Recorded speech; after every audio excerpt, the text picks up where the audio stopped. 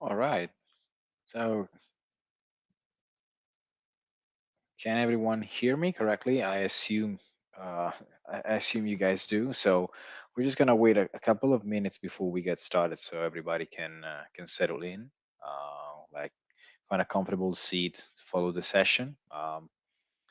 We are almost ready, like a couple of minutes, no more. Hope is everyone doing okay, having a lovely conference. It's also a sunny day here in Italy, so I hope everyone. So I hope it's the same from where you guys are following it. So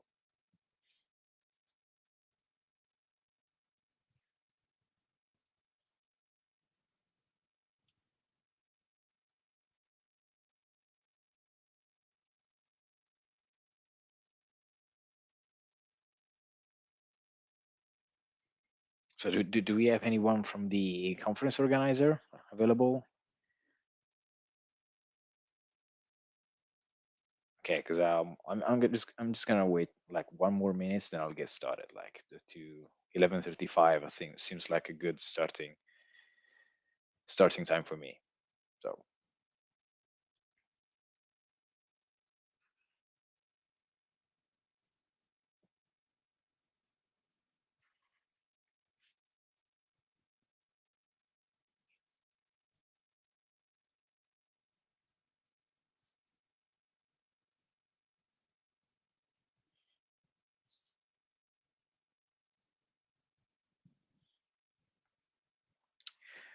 okay. Okay, well then let's get started. So I don't want to waste uh any more minutes. Just talking about nothing. So I'm just gonna change the way I present the slides so it's easier for me to follow the presentation. So and I will try not to open the the live stream browser because it creates this weird effect inside the live stream that it's not it's not very pleasant. So, thanks everyone for joining me today. My name is Giancarlo Lelli. I'm from Italy, as you can maybe tell from my accent. I work for Avanade as a cloud solution architect, and this session will be really about the patterns that you have available to transform your application. Patterns for application transformation with Microsoft Azure. So, of course, the focus of this session is to you know f- show, present, and then allow you to learn, or maybe to deepen the knowledge of the Microsoft Azure platform. And the way that I wanted to do today is by bringing some of the experience that we gather as a solution architect, as a developer in the first place, but also as a Microsoft MVP that I gather with Microsoft Azure and in general in the projects that I'm usually involved. I'm a Microsoft MVP like many other speakers in the conference. My expertise is developer technologies, which goes hand in hand with what I do on a daily basis in Avanade, meaning that I get to play with all things that are related to cloud or things that are related to modern engineering practices such as DevOps and agile development. And it's very I would say it's very funny, and it's a ever changing area of work. So as you probably saw from the initial slide, I work for a company called Avanade, which is also a sponsor of this conference. So I just wanted to take like a few minutes to introduce Avanade for those who don't know Avanade, and just giving you like a very brief introduction on what we do. So we've been doing business since the 2000s. We are a joint venture between Microsoft and Accenture, and of course we are majority owned by Accenture. And in this 21 years right now of service, we grow. Our growth was incredible. We are over 36,000 professional around the globe, spread across 80 locations. We've delivered more than 10,000 projects, and many of like half of our population is certified in Microsoft technologies. Of course, this was the most updated slides that I was able to find in our marketing material, but this number change every day because people join Avanade, new projects are delivered, new expertise, new capabilities are developed, and the number of people we get certified is increasing like every day, because learning and training is a fundamental part of what we do on Avanade. So it's that number, and then the ability that you have to learn new things are simply unmatched in many other that are simply unmatched. And I wanted to say this because we there are always many openings available all over the world, for Avanade. So this is a QR code that really points you directly to our career site.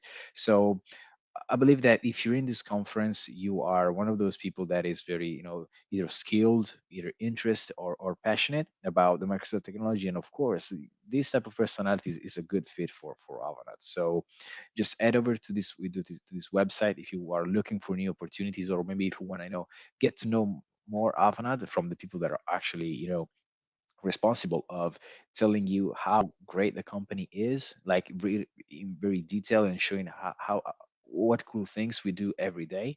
Just head over to this link and make sure to really browse it, and give it a shot if you are open to evaluating new opportunities.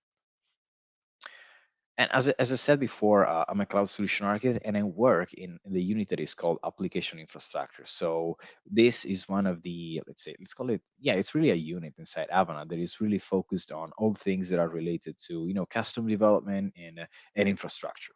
Okay, so we are really focused about, creating new business model by partnering up with our clients to create new human-centered applications, and we try to do that. Once we have the product, once we have this human-centered application, we really try to help our clients to achieve a faster time to market by adopting you know proven agile practices and approaches, such as DevOps, and all the toolings that comes with it. And of course, like being able to unlock the real value of the Microsoft technologies ecosystem and the Microsoft cloud. Of course, we do this by having, and bringing to market what we call, offerings. And here there's just a glimpse of all the offerings that we have, and how are, separated across our our uh, our unit. And I'm responsible for what you call what we can call digital decoupling and modernization, modern engineering. And because those are really the two pillars in our solution area that are really about, cloud, about application modernization, API driven architectures, and all that sort of stuff. So I will try to take you to bring you some of the knowledge that I've gathered throughout the years, in projects, by when working with this type of, with our modern application transformation offering, giving that Microsoft Azure context that it's, really helpful if you are, looking to expand your knowledge in cloud, or simply, facing a new challenge, a challenge that can be like um, addressed by, some of the approaches that, we will discuss. So, but what really is application transformation? There's no like a single definition for application transformation, and everyone, tries to find the best combination of words that really encompasses everything um, that application transformation is supposed to do. But the idea is that you have, applications that have been developed throughout the years, and applications that are maybe not fit to the type of, growth that your business is experiencing, the type of feedbacks that you are receiving to your clients, and you somehow want to, you know turn this application into something that is slowing you down to something that is actually capable of allowing you to grow, to satisfy the needs of the clients. Of course, adopting, whenever possible, modern infrastructures, and maximize what can be the technology utilization behind it.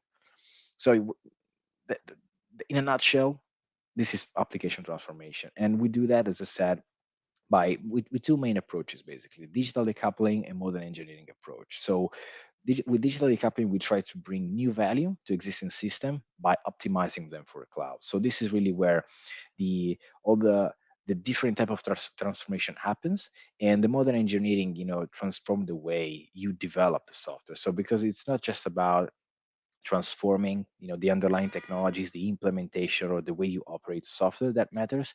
It's also, the way that you build it, that needs to change, because otherwise, these two things, they run at a different pace and will simply not be able to meet, anytime. It will not be able to deliver, the value that you are expecting them to deliver. Um, so yeah, getting into the core of the presentation. We all know that are many challenges when we talk about cloud development, because of course, when you if we all would be working in a greenfield environment where we could just simply take the best technologies and apply it to our problem so that we can solve it in what we think is the best way possible, everything would be awesome. But the reality is just different. The reality is that we have to probably work with applications that have been inside our business for years or even decades in some scenarios. And we have to incrementally improve this application, because we could just not do like all in once, because it will be too much effort, will be too much money that we need to put on the table to do the type of transformation. We also are faced with ever changing programming models and maybe languages that tackle specific problems that make really hard to move one technology stack that is very specific to a more generic technology stack, because maybe the performance would not be the same, because a specific core feature will be incredibly hard to implement in different technology stacks. So all of these things are kind of slowing us down, and not to mention, of course, that the last point would be the infrastructure in which this application run. Because in traditional application, the infrastructure could have been like very specific to the type of workload, but it also could have been like in these days it's very it's something that is ever changing, because you can have edge deployment, you can have cloud deployments, you can have hybrid deployments, and your application really needs to be somehow agnostic to all of this. And the way that you architect your application, the way you plan the transformation of your application is really affected by the type of deployment that you might need to support, because you got to take some decision. Okay, and of course, when you are too polarized on one side, of course you have to manage the trade-off of your decision. So of course, none of this is simple. And fortunately for us, Microsoft and many other industry experts try to shed some light on what could be like the best approach to do it, to really overcome the challenges in cloud development. And the like the one of the, let's say, exemplification of this is the 12-factor app methodology. So for those who don't know, the 12-factor app methodology is, in the first place, it's a manifesto. Okay, it's a website, it's a static website that contains lots of information, and you can find it at that link.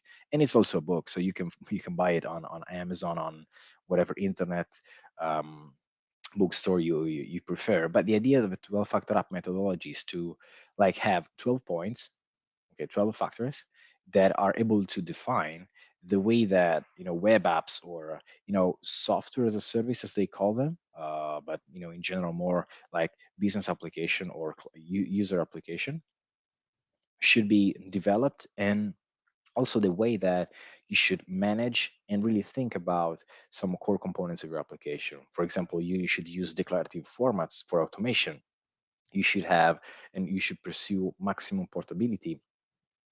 And of course, you need to be ready for deployments of other cloud platform, meaning that legacy approaches like file-based logs, or like hard-coded IP address, or all these stuff, all these type of things that were very common in traditional application, where we only had to support on-premise type of deployments, are really changing, and the 12-factor app tells you to really adapt.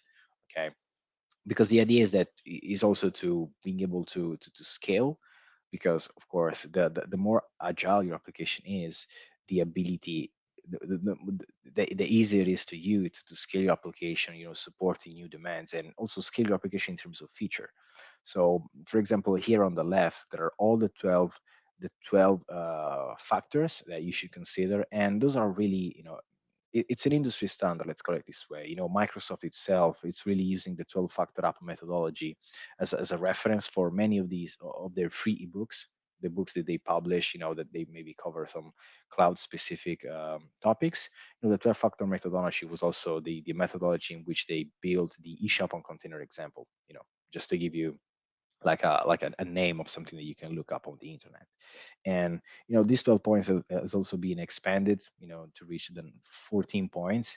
But the idea that is that if you follow this like agnostic rules, you end up with a very good piece of software that works in modern cloud environments. But again, this is maybe if it's a greenfield, it's okay. But what about if I have an existing app? Of course, if it is an existing app, you should take the 12-factor app as a north star, as something that you should aspire when you are transforming, when you are modernizing your application. Of course, and I wouldn't be here if .NET for me wasn't and for many others is would be the platform of choice to build my application. Of course, as I said, that is technology agnostic, but if it is on .NET, I'm happier. I have to be honest. I really find the .NET platform um, really the best platform for me to build the workloads that I've been dealing with in the past years. So whether it is desktop, whether it is also IoT workloads, or workloads using, for example, ML.NET, or gaming. If you're a game developer and you use Unity, chances are that you will probably end up using C# to develop some custom stuff. And that is there. That is it's with you in every step of the way. And luckily for us, when you embrace .NET for this type of stuff, working with Azure really comes natural. And as we will see later in the presentation on the slides, the patterns that you have available and technology that you have available, that comes of course with the SDKs when you talk about products, are really something that are really easy to implement and to consume when you are on .NET.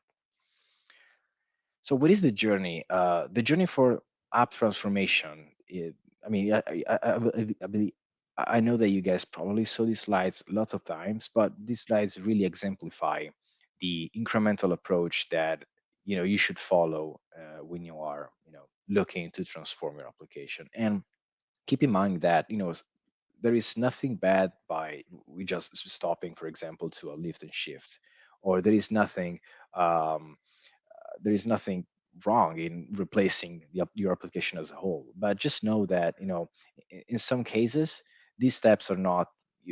Depending on the budget that you have, on the time that you have, on the effort that you are willing to put to turn your monolith, it's a very bad word, but to turn your monolith or your legacy application into its cloud native or cloud ready version, it's really up to you.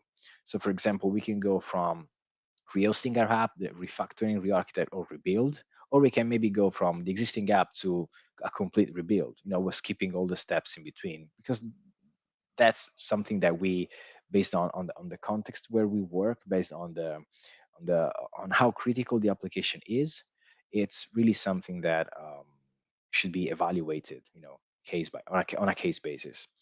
And the problem with this chart is basically what I said in the abstract of this session. When you read the word re-architect, when you read the word rebuild or refactor, there is a lot of complexity that has been hidden, from you. Because of course you take that, you know that there will be some complexity, but you are not sure until you actually put your hands on the software that you want to transform, that you want to modernize. Okay. And again, this is the reason of why engineering complexity and cost, it's one of the it are two dimensions that are considered in this chart, because there is a lot of complexity that has been hidden in this chart. And hopefully after this session you will I will show you, and we will all agree on some topics, on some patterns that really allow you to tackle this complexity and maybe overcome specific challenges when you're modernizing your workloads with Microsoft Azure. So let's start by talking about patterns. Of course, each project, when we work at Avanade, even myself, when we are dealing with a project, with a new, let's say, transformational project, the challenges are always new and unique. Okay. However, it's very common that some problems, some particular scenarios are just simply the same in different situations, because that's just the reality of things. It's when you work with many clients that have thousands of apps, chances are that some bad practices, they're not even bad, but some practices are more common than others. And we always try to tackle these problems in the same way, just to have like a very industrialized approach. And we ended up mastering some of these patterns. Of course, we will dive. I have prepared some dedicated slides for all the patterns where there is the star on the left, but I will try to go through each one of them. I've chose those like five patterns because of the one that can be, let's say, mapped easily with an Azure technologies. But the idea is that all of these can be easily implemented. Okay. Of course, the Microsoft documentation does a really great job in providing you incredible context to these patterns. And so if this slide is just like a door opener to the broader and more deep knowledge that the documentation, which is now open source, everyone can contribute to, it's provides. So let's take the first one, for example, sharding. So sharding, it's something that you probably are going to deal with. It's a pattern that you are probably going to implement if your application throughout the years has become like a multi-tenant application. Okay, for example, you have like data that is related to different consumers, different client of yours, sorry, and you need to find a way to scale the way that this data is stored and the way you access this data, because otherwise having everything in a single location, it's simply not secure, not robust, and not not right in some circumstances. So for example, if we had to implement sharding, implement this like application in a multi-tenant context, we would usually go with here I'm talking, I'm not talking about like the shards, traditional shards. I'm talking about like logical separation of data between different instances of database. And we would use, the SQL Azure Elastic pools. Okay, because it allows to have like an application that together with a catalog allows to, manage different instances, let's call it that way, for lack of a better word, of SQL Azure database that are capable of storing, the data, maybe even using the same schema, the data of different clients, allowing you to keep isolation, allowing you to keep, good performance, because, though every pool, let's say every um, database in the pool, really it's not affected on how on the general. Um, of course, they can share resources, but in general it provides performance improvements, especially when you are dealing with lots of data, because you really like divide your data store into as I said here, in a set of horizontal partitions. The cache side pattern, it's common. It's very difficult to like describe it because the name says it all. I mean, it basically says you can improve performance, you can improve the round trip, for example, from your application to your database, if you use and if you load on demand data on demand inside a cache. Caching in Azure is something that you can do in very different ways. One way would be to use a Redis cache, because that's the product that comes in mind more easily. But if you're working inside Kubernetes, inside an Azure Kubernetes cluster, you can also have your cache like from within the cluster, and that will save you some some latency between your application and the cluster, because it's all inside the cluster. And but you can also use, and I've seen it, and I saw it, in very few scenarios, although because it's not very cheap, you can also use Cosmos DB. Cosmos DB with a request unit with the ability that is like geo-replicated. If you have geo-replicated workloads, um, its speed and replication allows you to have this geo-distributed cache that it's very powerful indeed. Backend for front end is like when you are, for example, when you have like a situation where your application is consumed by different touch points and you want to have like dedicated backends for each one of the application, because you maybe want to scale them independently, because you want to apply different policies to this backend. Maybe you have private APIs and public APIs that you're also maybe monetizing. And the idea with backend for front end is that you create, for example, you put a dedicated, for example, API gateway in front of the services that you want to expose for specific touch points, and you kind of manage them as a as of course as a whole when they're all your application, but in terms of, let's say, logical block, you manage them separately. The external configuration store is the something that, Azure has. Yeah, you have many ways to do it in Azure, but it is that with an external configuration store, you basically put all the configuration outside the main application so that you can have it on a centralized location that can be accessed by different application at the same time.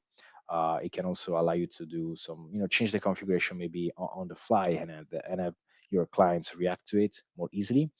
Um, and in Azure, there is a tool that works really well with app services, which is the Azure App Configuration, which really is something that goes hand in hand with the configuration abilities that we have to this day with Azure, which is the traditional web config or app config, JSON file. And the app configuration is something that really plugs into that, let's call it pipeline, and allows you to manage in an external store, uh, that type of configuration, so that you can also apply, you can also you, you have your settings exposed as a PaaS services, which is always, something that it's always good, because you also don't have to manage the settings inside your application. Then we have a synchronous request reply, which can be implemented, for example, with service bus, which is the pattern of decoupling, backend processing from the front end host with two different queues. One that is asking for one it's sending the request, there is backend that is elaborating it, and one that is sending the response. So that, even in a, let's say, fully decoupled like scenario, you can still have um, that way to, let's say, um, reconnect, a synchronous event with one another. The claim check allows you to split large messages, for example, like images, video, because, traditional, like, old application used to deal with data, with blobs of data that were really, really big. And the idea with the claim check is that when you move, for example, to an event-driven architecture, which is like very flexible and really modern, the idea is that with the claim check, you use, for example, an external data store to store this huge blob of data, whether it is like a storage, whether it is a database, whatever, just an external data store that is able to give you like a reference to that, and you simply share inside a message the, the reference, for example, the primary key or the URL of the blob, to that particular resources, so that application only has to deal with the claim, with this that is then called the claim, and not with the whole, um, with the whole file. Then we have PubSub, and it's typical. I'm not gonna dive deep into that. And then we have Secret Breaker. Secret Breaker, it's very interesting, because sometimes it gets confused with the retry pattern.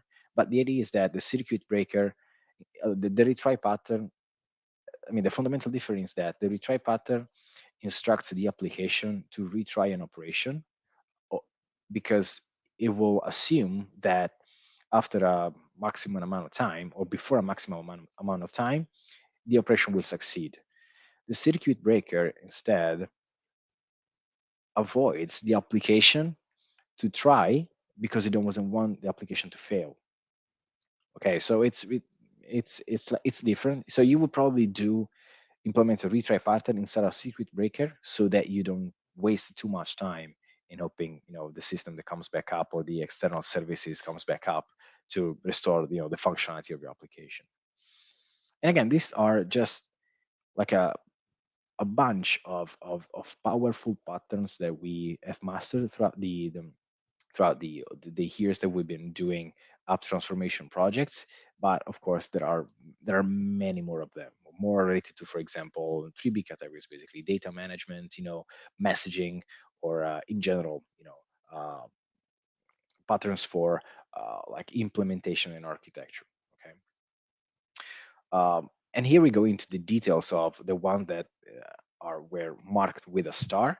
It's the valid key pattern. So this one was very helpful to us when we were faced with a situation where we needed to provide upload and download functionality to external users. So the most common error in this situation would be to really use the front end application as really the gateway for these two operations, meaning that the application takes in charge the burden of dealing with maybe huge amount of data with blobs that are very big, and um,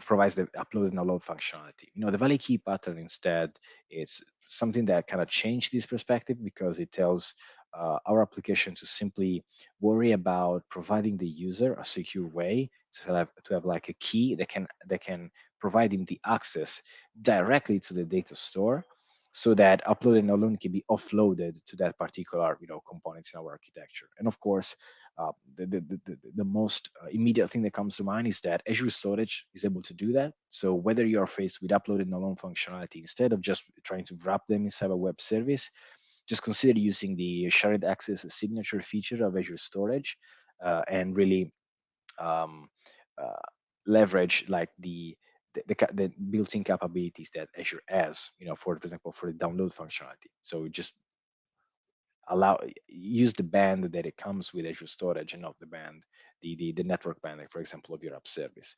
The idea is that, of course, the validity of the valley key must be managed, because it cannot be like, say, too broad or too short amount of time, because otherwise the user will have a poor experience. The level of access must be very specific, because otherwise you are granting too much permission in your data store, which may contain also sensitive files. um, you have to take into account that user might want to update files that are not like what they're supposed to upload, so you have to optionally sanitize and validate, for example, maybe with extensions, maybe with CRC checks, all that stuff. And of course you have to audit all the operation, because the idea is that even if you can provide like a fine level of access using a signature, you might want to monitor who asks for what signature, and what he downloads, what he does, because of course, when you are since you are offloading this type of responsibility to the store, to a component that is not your application, you need to somehow find a way to really monitor all this stuff. And again, you can do that with Azure Storage, but also with Azure Service Bus. Personally, I haven't implemented with Azure Service Bus, but you can do it with topics, with messages inside the topics. I mean, it's pretty um, works pretty much in the same way. But I found the most, like say, exemplify. I mean, the case that exemplify the most this pattern is with Azure Storage. The anti-corruption is something that we just implemented in a project that I've been working on in the past months, because we were moving an application from, of course, to the client premises, to the cloud, but basically all the services will still residing on the on-premise environment. So the idea with the anti-corruption layer pattern is that you want you won't come to compromises with the modern application that you are building on cloud, the application that you are modernizing on cloud, because the your legacy system are very hard to evolve.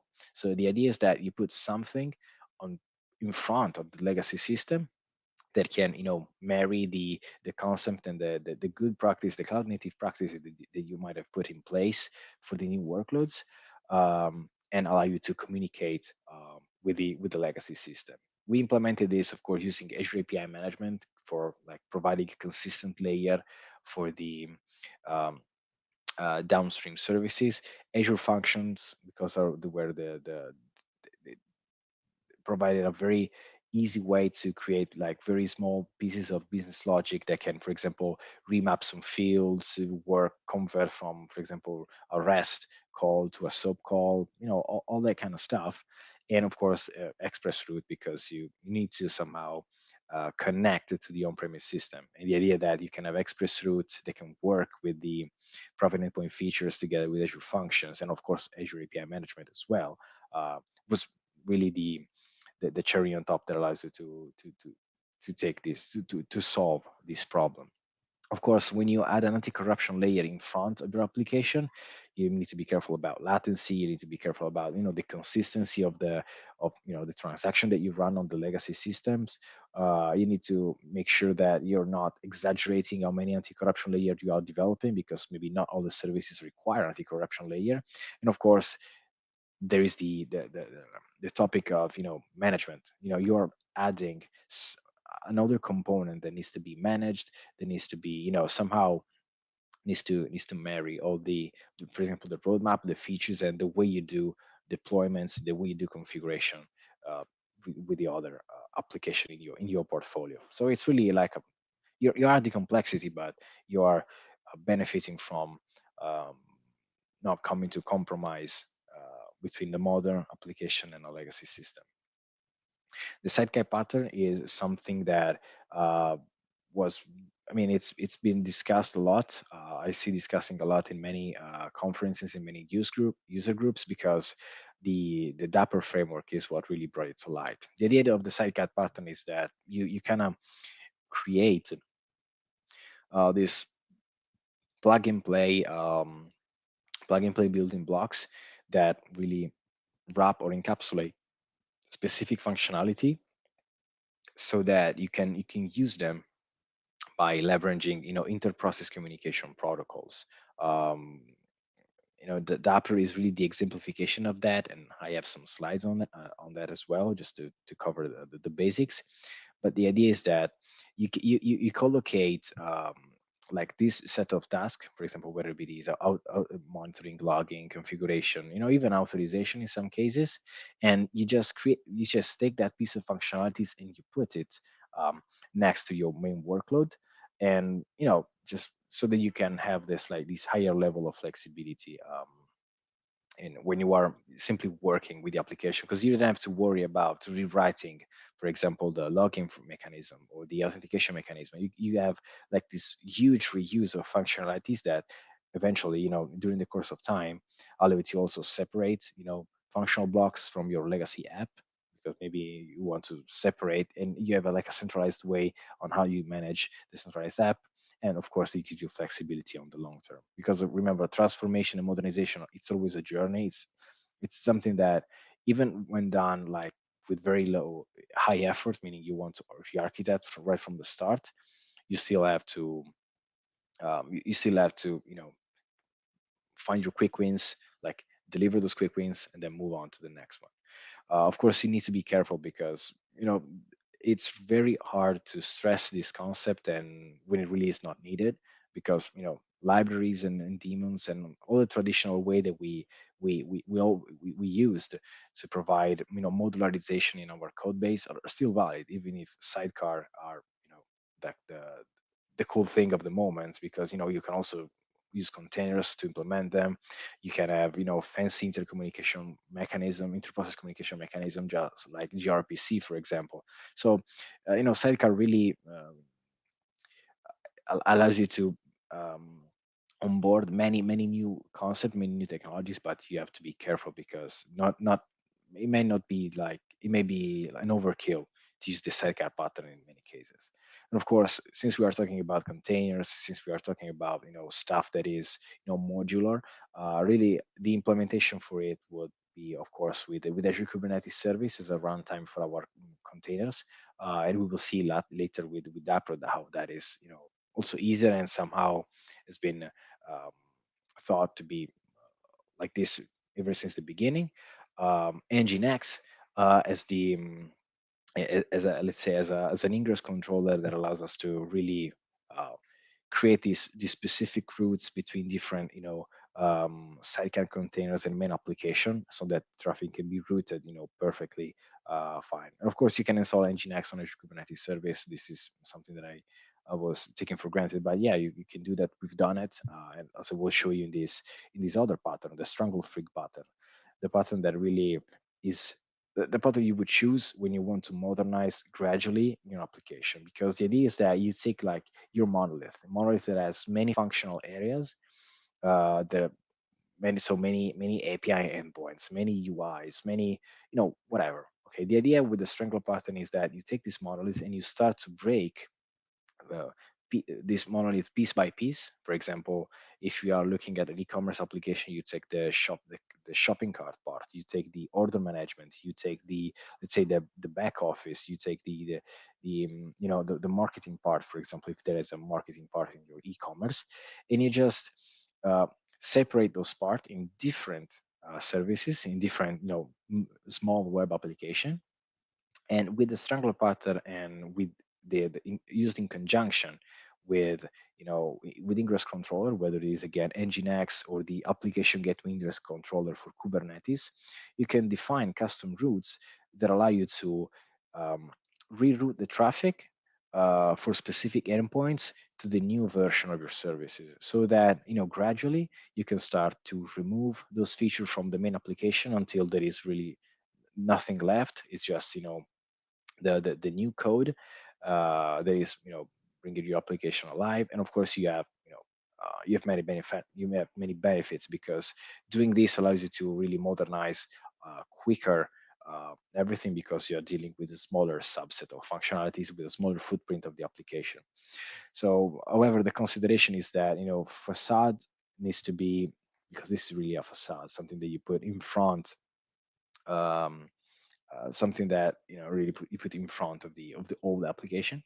Um, you need to be careful about services that interact with data stores and how you structure future application, because you also have to think about that you are going through these routes and you want to have your application ready to be onboarded with this mechanism. And of course, the facade can also be like a bottleneck or a single point of failure, because you are basically relying on it to route properly all the traffic that comes in your application. And I wanted to give you an example of that, so a YAML example. So if you would implement the Strangler pattern in YAML using the HTTP application routing with Kubernetes. So this is like a very simple feature that is not using any production ready workloads. This is something that you can really do when you create a Kubernetes cluster. It's just like an option in the deployment.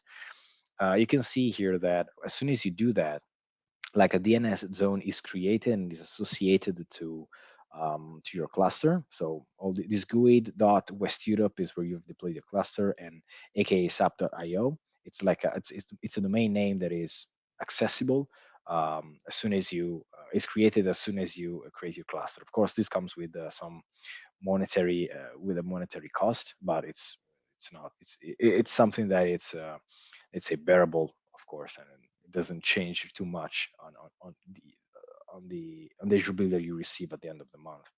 So whenever you create a new service, that should be, let's say, publicly exposed, you basically will have the ability, like I did in this YAML file, to define a host that is called name of the service, like service name, because this was the legacy app. So Azure Day Legacy dot the same host name that we have in our DNS zone, and you then are able to define the path that you want to redirect your traffic to. So for example, there is that when I'm hitting this host at this path, the traffic should be redirected to the Azure Day Legacy service name. Okay, so um, meaning that if I'm just browsing to the homepage of my app, it doesn't change, because maybe I haven't modernized anything of my app. But as soon as my application is asking for the products, okay, the list of products that maybe my app is selling, then this request should go to a different backend, to the modern version of my backend, or that it's always on port 80, because of it has to be compatible, of course. But so as you can see, and the powerful thing is that Azure Day Legacy can also be like a full framework application, and Azure Day Modern can also be like a Node.js application. So this really allows you to be even polyglot in the type of languages that you use to develop your application, so that you can, even be able to find more people that is capable of working on it. Maybe you want to use some new type of framework of technology that just came out to the market and you want to test it. And so really it gives you a lot of flexibility.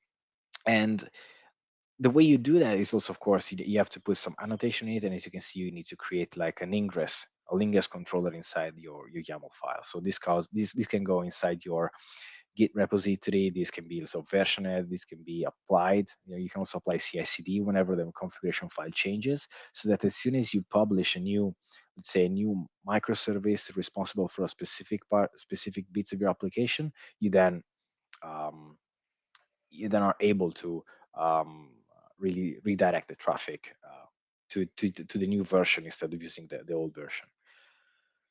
And the last one is the health endpoint monitoring pattern, because as we saw in the 12-factor app here methodology, one of the super important part is observability. So the ability to really monitor the way your application is performing. And of course, there are either software or more infrastructural way to do that, and Azure services, of course. So the idea is to have endpoints that you can query that will implement some checks, some business logic that will gather data and that will validate the health of your application. This allows you to monitor, for example, SLA, and also allow you to monitor how your application is performing in say, distributed environments. And the way you would do that with Azure is to use, of course, application inside, because it has a feature that is called web test that allow you to really ping with given intervals to specific endpoints, even, of course, implementing authorization, because that's its main issue. Having those endpoints public, it's not something that you would do. You would use then the health check API that are available inside the ASP.NET Core framework to implement these endpoints, with really some standard semantics and some really specific guidelines, even in coding practices, to implement those services. And of course, if you don't want to use application inside, you can use the probes that you have with Kubernetes available. So the readiness, the startup, and then the liveness probe that you can configure also in your YAML file, just to tell the orchestrator when your application is ready to serve, clients, and it's ready to be used. So again, these were like 5 patterns plus the one that I described earlier that really makes it all. If you master this pattern, you really can tackle the majority. We found the majority of the modernization issue, because you have to consider that you are going incrementally. So you need to have like a standard approach, and an approach that can scale when you, for example, add new people to the team, or the complexity of your application increases. So in, just closing, I wanted to touch a little bit on Dapper, which is a framework that we are kind of It's the exemplification that I said before of the Sidekick Pattern. It's a framework that we are trying to use more and more, because it provides the ability to develop distributed application, event-driven distributed application in basically every type of code base that is available out there. Go, Node.js, ASP.NET Core, and Java. And with a very agnostic interface, whether it is HTTP or gRPC, you have these building blocks available that really takes out the burden of implementing, for example, service-to-service communication, actors, distributed tracing, and and, and a lot more, allowing also to support any cloud and any edge, meaning that you don't really need to worry whether your application will be deployed, for example, on either on Azure or on Alibaba Cloud. You just focus on building the best application you can possibly build, even modernizing your application in the best way possible for the priorities of your business and from how critical your application is, and just go with it. Um, I want to leave a few minutes for questions, so I'm gonna just be very quick on this. So Dapper can be Kubernetes hosted, and as I said, you have the pods that really are, once you install all the demo set of Dapper inside your cluster. The Dapper runtime injects the pods that you use, of course, annotation based. It's an annotation based discovery, and of course, the components and the bindings that you decided to use are the one that really are the core of Dapper, because they're already implemented, allow you to simply consume, with specific endpoints, with specific syntax, those functionalities without, even bothering to learning how that particular functionality works. So I really want to leave like 10 minutes for question, but I want to leave you with a simple call to action. So for those of you that are watching this session, if you have like any workloads, applications, and you want to really test, or even your readiness, cloud readiness score, let's get in touch. Let's get in touch and let's see how we can, cooperate and make that happen. Because maybe in the next year, when we will be doing, Azure Summit 2022, another pattern will be added to the list that has been derived from the case that we have jointly developed. So thank you so much. I will start with the questions. So here you can find my email, my Twitter handle. You can also find me on LinkedIn. This session is recorded, so it's also live, but it's recorded. You can find it on YouTube. So um, I'll just pause here and ask if there are any questions about the topic that I covered, and of course I'm happy to um, I'm happy to answer.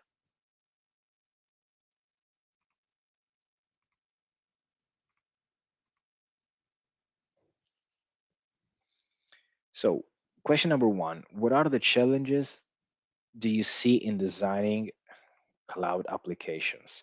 Um, I mean, there are many challenges. We covered some at the beginning of the presentation, but the most prominent challenge that I see is that we are we find ourselves working in it's very often that we work with existing applications.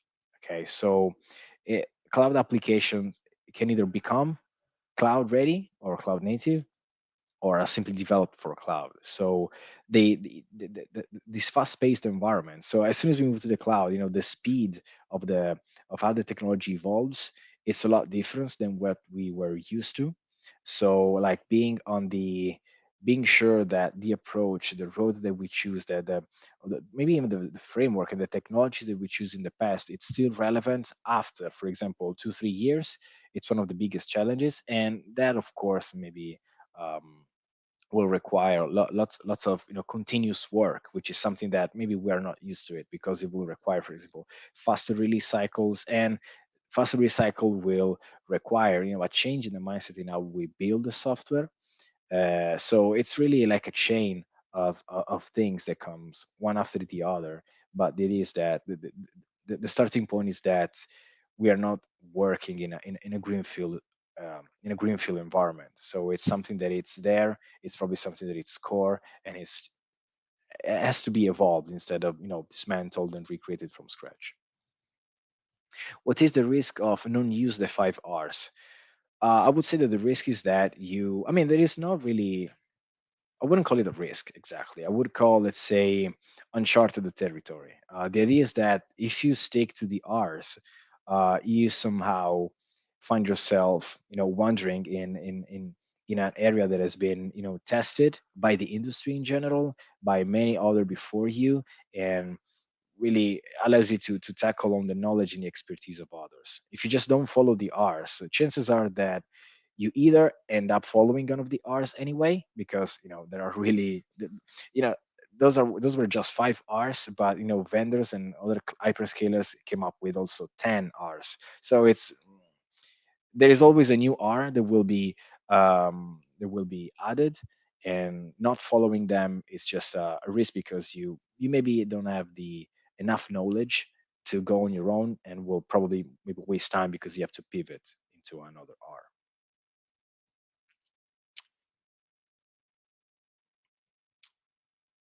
Okay, hope that answered the questions.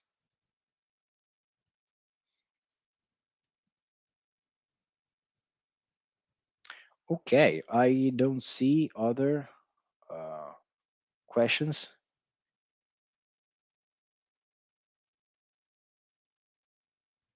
I don't see other questions coming up. Oh, I see one. Would you consider DApp at its current state a production grade 2 applicable to enterprise class system? So Dapper just reached, if I recall, version 1. So of course, I mean, the idea is that I think that Dapper is a great tool, and it can be used. I mean, there are many. It's like this is a tricky question, because enterprise class is something that, I mean, what is enterprise class for you? Because enterprise class, it's simply a software for the enterprise that maybe serves a lot of clients, that works and that has specific SLAs. You know, it all depends on how critical that workload is to your business. In my opinion, Dapper is production ready. You have support if you use Dapper, and there is a clear roadmap ahead. So if that is something that for you is enough for it to be used in production, then you can use it. Um, Otherwise, maybe you just wait until, for example, other frameworks that maybe will do the same, provide the same type of facilities and capabilities, like for example, steel toes. Okay, uh, will will be probably a better choice. But I would use it personally. I would use it because, and I've used it because the, the fact that lots of the complexity has been, let's say, pre-engineered, lots of the complexity is being tackled by somebody, by like one of the team at Microsoft. Gives me a sense of confidence that the way that that feature could have possibly been engineered, it's somehow better and more, let's say, how can I say, more efficient, because that feature does not need to serve only me, but it's made inside a product. Of course, it's V1, so it will probably be better when V2 comes next. But the good thing is that we can test and we can provide feedback so that we can improve the product. It's not a closed box. Okay, so